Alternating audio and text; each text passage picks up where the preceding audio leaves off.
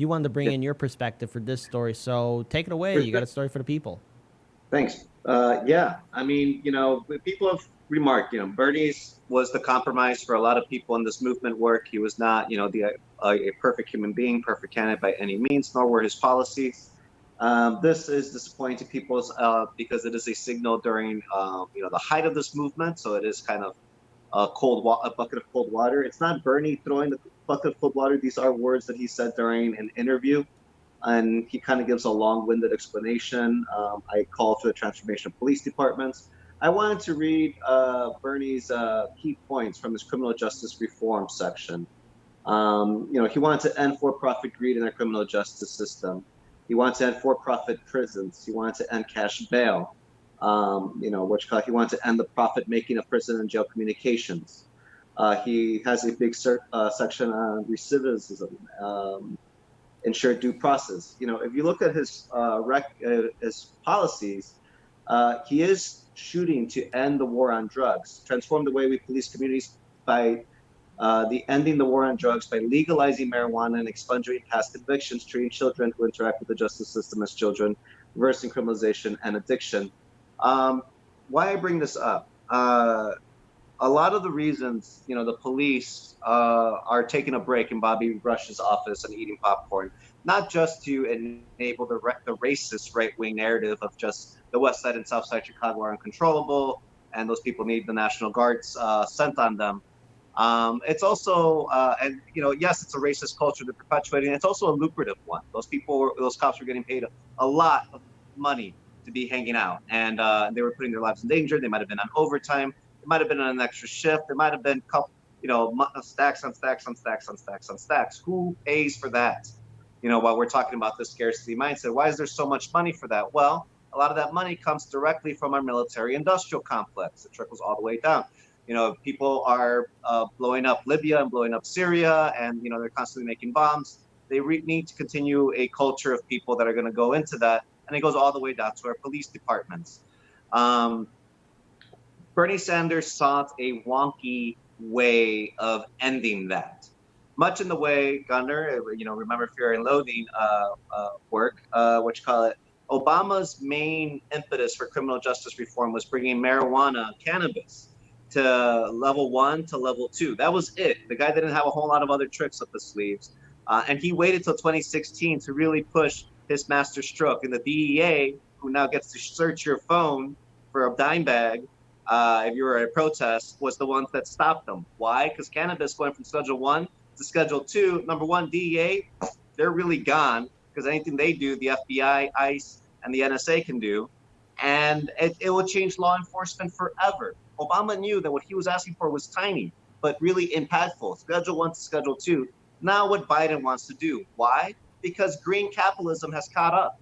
For-profit criminal justice has caught up. Progressive attorney generals have caught up. And now this whole system of turning Schedule 1 to Schedule 2 is lucrative and monetized and still in keeping with a very racist system that Joe Biden can oversee.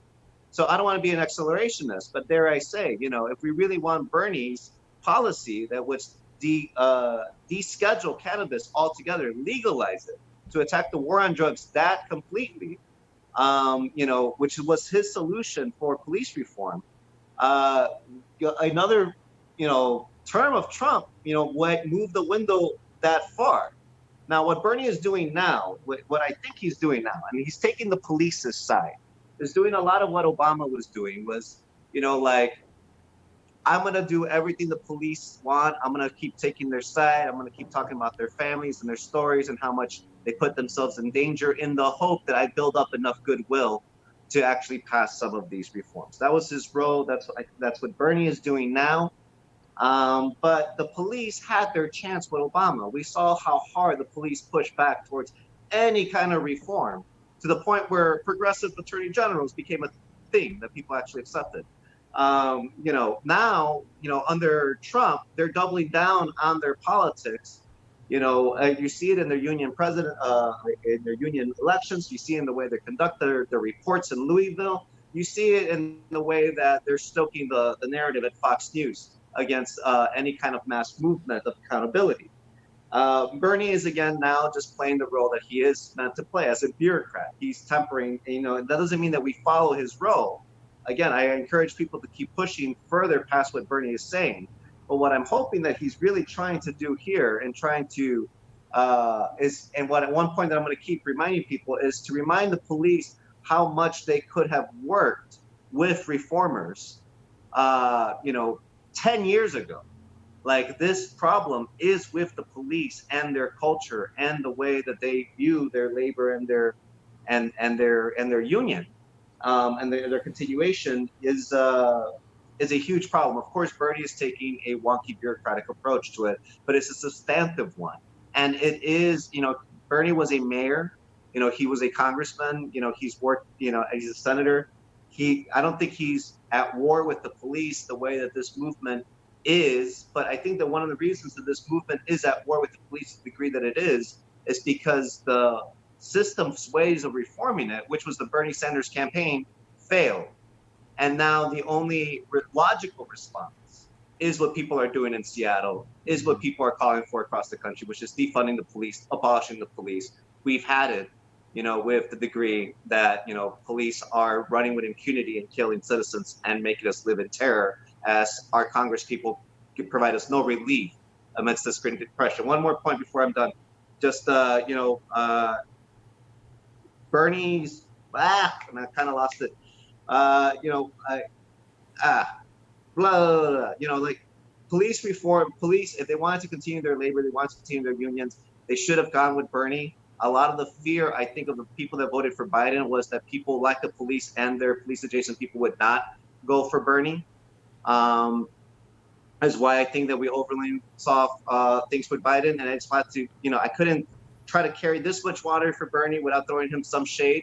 What really could have coupled this is if he spoke a little bit more intelligently and compassionately and with nuance about reparations, the way that so many people within his campaign were navigating and able to speak to that he kept holding back on.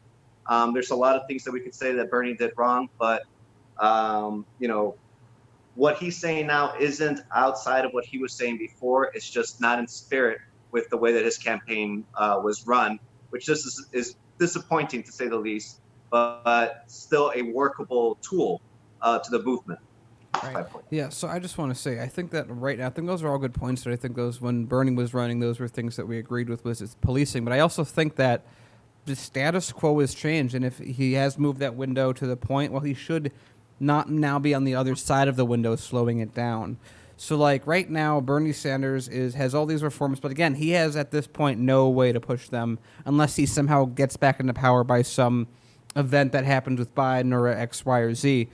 But right now, you have a huge movement around the country that is actually succeeding. We already talked about that. We have a number of cities, like Minneapolis has a majority of their aldermen or whatever they call them there, that are willing to defund the police. And they have enough votes to outvote the mayor if it needs to happen. So I think if Bernie is looking at this, if the overall point of view with this is, like, and I agree, that's what Bernie wanted to do. He was trying to take the parts that the police do and reduce them by taking down the war on drugs out of the picture, by them needing a lot less for that, and to do all these other things, which I think makes sense.